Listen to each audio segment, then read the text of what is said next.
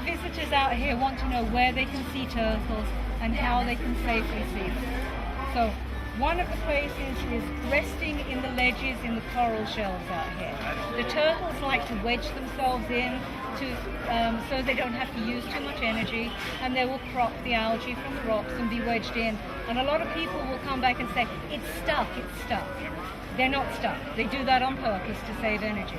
And also, they will wedge themselves in and pull their flippers in as far as they can so that they can just rest without being hit. And the difference between a turtle and a land tortoise is a land tortoise has that big domed shell and can pull all its flippers in.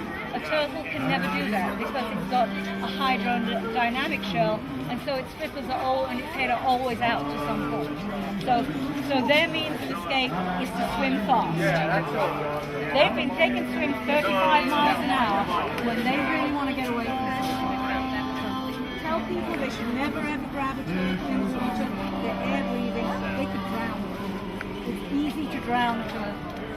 The other place to see them is all around these rocky shores where they're eating the algae.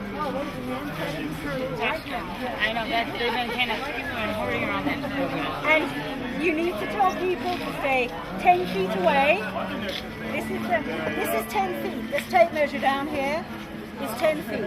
It's important to stay 10 feet away because they're eating specific types of algae, and if you frighten them away from that specific area, they may be going to a place where they don't have algae they can eat. So ask people to stay 10 feet away. Sometimes the turtles will swim straight towards them. Just ask them if they're happy, keep moving back slowly away from it, and try not to touch it. So that's a good place to see it. And the other good place to tell people to look for is the cleaning stations. Out in the bay here, there are cleaning stations where the damselfish and angelfish clean the turtles, and you can see some pictures of the board on the right. Yeah, and the turtles will actually hang out there and allow the fish to clean the algae off because that helps them stay hydrodynamic. So they'll hang around there. They'll actually go out and hang around for a barber shop, and allow the algae fish to do that. And if you see them doing that, tell people just to float on the surface of the water and watch calmly, and the turtles will stay there.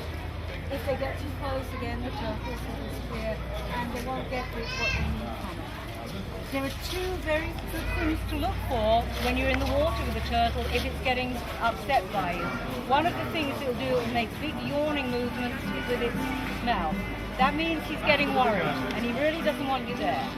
The other thing they do is what's called a flipper swipe, and they'll put their flipper over their brow like this, and that means he's seriously disturbed, and you should really move away, because that is a sign that he's really disturbed and he's going to take off any minute.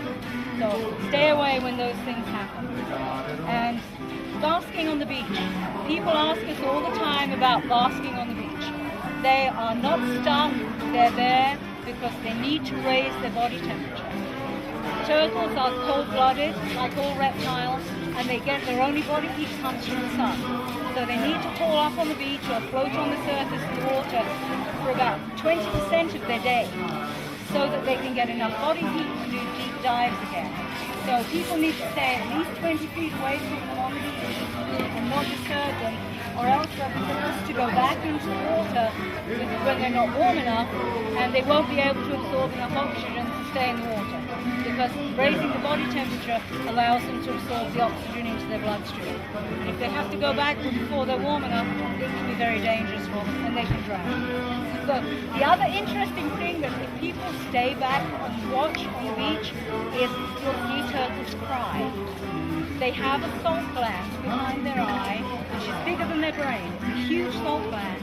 And what that does is the turtles absorb all the water erosion taken on a fish, fresh water, so they filter out the salt so that they can keep their body hydrated with fresh water, and these huge salt glands drop the fish. Concentrated salt. So if you see a turtle crying, he's adjusting his body salinity. He's not sad or upset.